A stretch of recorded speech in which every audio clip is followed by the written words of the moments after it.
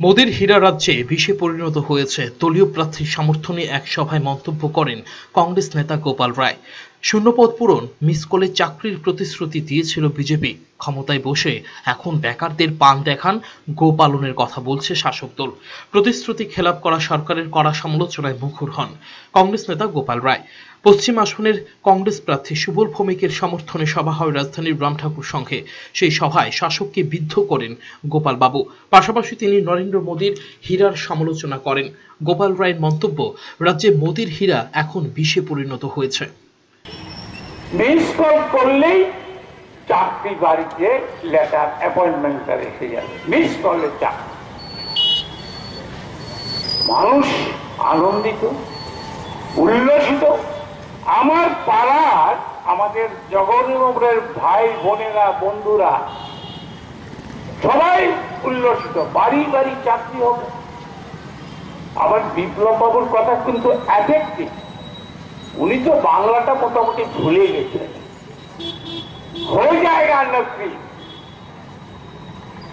বিজেপিকে ভোট দিজিয়ে ওই আমাদের জুমলা সম্রাট নরেন্দ্র মোদীর মতো হয়ে जाएगा।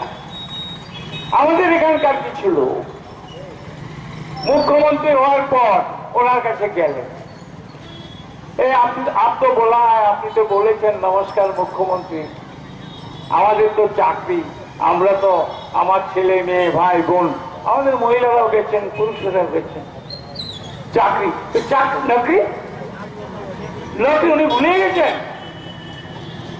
ভুলে গেছেন না বিশ্বাসঘাতকতা করছেন, আপনারা বিচার করবেন।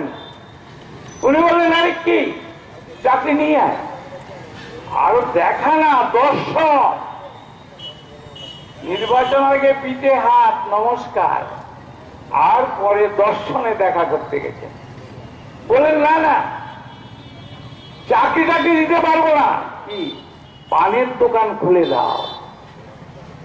আর সবাই বললো আমরা গ্রাজুয়েট, বিএ পাস করেছি, এমএ পাস করেছি, পিএইচডি করেছি, ডক্টর লেখি, আমরা পানের দোকান খুলবো।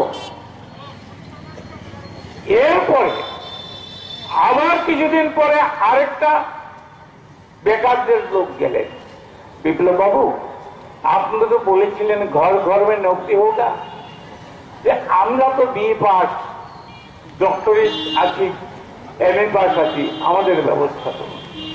উনি বললেন নৌকরি নিয়ে হয়, ভেষ কিনল, ভেষ মানে মহিষ। উনি তো গরুটা ভুলে গেছেন, উনি দিল্লির লোক হয়ে গেছেন। ভেষ কিন মহিষ, हम 10,000 रुपया करके लोन दे देगा बैंक से, গরু का दूध बिको আর এমপ্লয়মেন্ট হয়ে যায়। এদিনকার সভায় উপস্থিত ছিলেন কংগ্রেস নেতা বাপটু চক্রবর্তী, রত্ন দত্ত সহ অন্যান্যরা। ব্যুরো রিপোর্ট, চ্যানেল 3 রাত।